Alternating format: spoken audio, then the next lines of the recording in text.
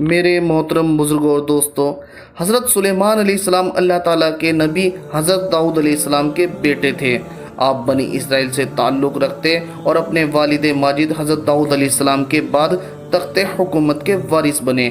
عزیزو، اللہ تعالیٰ نے آپ کو بادشاہ تو بنایا مگر ساتھ ساتھ داؤد علیہ السلام کی طرح نبوت سے بھی سرفراز کیا، اور آپ کی بادشاہت میں چرند پرند اور جنات وغیرہ سب آپ کے تابع فرما تھے۔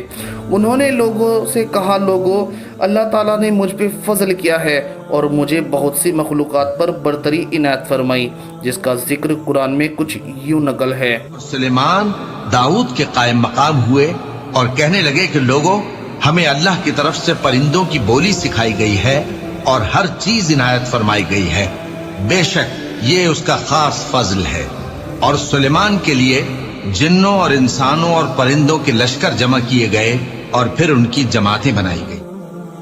دوستو، اللہ تعالیٰ نے حضرت سلیمان علیہ السلام کو جتنا وسیع عریض ملک عطا فرمایا، اس سے پہلے ایسا کسی جنات و بشر کو نہیں دیا گیا۔ اتنا وسیع عریض اور بڑی ملکیت ہونے کے باوجود بھی حضرت سلیمان علیہ السلام میں ذرہ برابر بھی تکبر نہیں تھا، اور آپ اپنے اخراجات کے لیے شاہی خزانے سے کچھ بھی نہیں لیا کرتے تھے، البتہ اپنے ہاتھ سے جنبیل سی کر اور اسے فروخت کر کے گزر اوقات کیا کرتے تھے۔ اور اس کے علاوہ آپ علیہ السلام جو پیس کے آٹا بناتے اور اس کی روٹی پکا کر کھاتے، آپ اکثر روزہ رکھتے اور ہر شام بیت المقدس میں جا کر غریبوں اور روزے داروں کے ساتھ روزہ افطار کرتے تھے۔ ناظرین، بادشاہ بننے کے بعد حضرت سلیمان علیہ السلام نے ایک نہایت عالیشان اور پرتکلف مکان بنوایا جس کا رقبہ 36 کوس تھا۔ اس مکان کو سونے چاندی کی اینٹوں سے بنایا گیا، جس کی دیواروں اور چھتوں پر یاقوت زمرد جڑے ہوئے تھے۔ پھر اس مکان کے اندر آپ علیہ السلام نے اپنے لیے ایک شاندار تخت بنوایا جس کی لمبائی 3 کوس کے برابر تھی۔ سارا تخت ہاتھی کے دانتوں سے بنایا گیا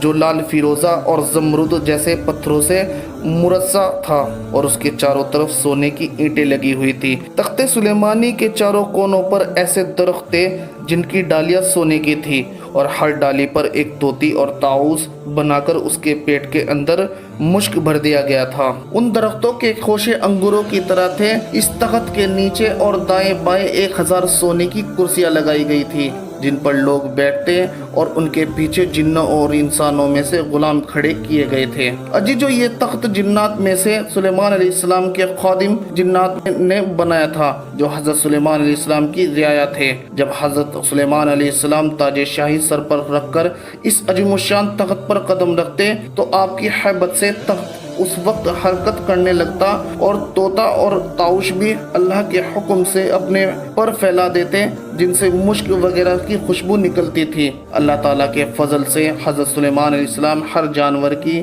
بولی اچھی طرح سمجھتے تھے۔ جب آپ علیہ السلام تاج شاہی سر پر رکھتے تو تمام پرندے تخت کے اوپر معلق ہو کر آپ کے سر پر سایہ کرتے تھے۔ دوستو، جس مکان میں تخت سلیمانی تھا اس میں کئی محرابیں تھی جہاں عابد جاہد لوگ بیٹھ کر عبادت الہی کیا کرتے تھے۔ حضرت سلیمان علیہ السلام اللہ تعالیٰ کی ان نعمتوں کا شکر ادا کرتے اور ہر وقت اللہ تعالیٰ سے مناجات کرتے رہتے۔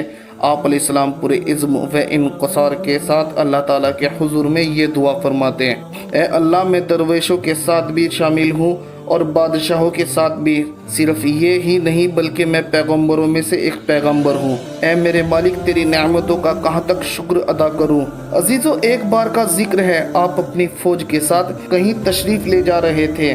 چلتے چلتے کسی وادی میں پہنچے جہاں بہت ساری چیونٹیاں اکٹھا تھی۔ جب ایک چیونٹی نے سلیمان علیہ السلام کی فوج کو دیکھا تو اور چیونٹیوں کو آواز دے کر کہا کہ اے چیونٹیوں، اپنے اپنے گھروں میں گھس جاؤ، کہیں ایسا نہ ہو کہ سلیمان اور اس کا لشکر تمہیں تباہ نہ کر دے اور انہیں اس کی خبر بھی نہ ہو۔ آپ چیونٹیوں کی باتیں سن کر مسکرائے۔ یہ واقعہ قرآن میں کچھ یوں نقل ہے۔ سلیمان کے لیے جنوں اور انسانوں اور پرندوں کے لشکر جمع کیے گئے اور پھر ان کی جماعتیں بنائی گئیں، یہاں تک کہ جب چیونٹیوں کے میدان میں پہنچے تو ایک چیونٹی نے کہا کہ چیونٹیوں، اپنے اپنے بلوں میں داخل ہو جاؤ، ایسا نہ ہو کہ سلیمان اور اس کے لشکر تم کو کچل ڈالیں اور ان کو خبر بھی نہ ہو۔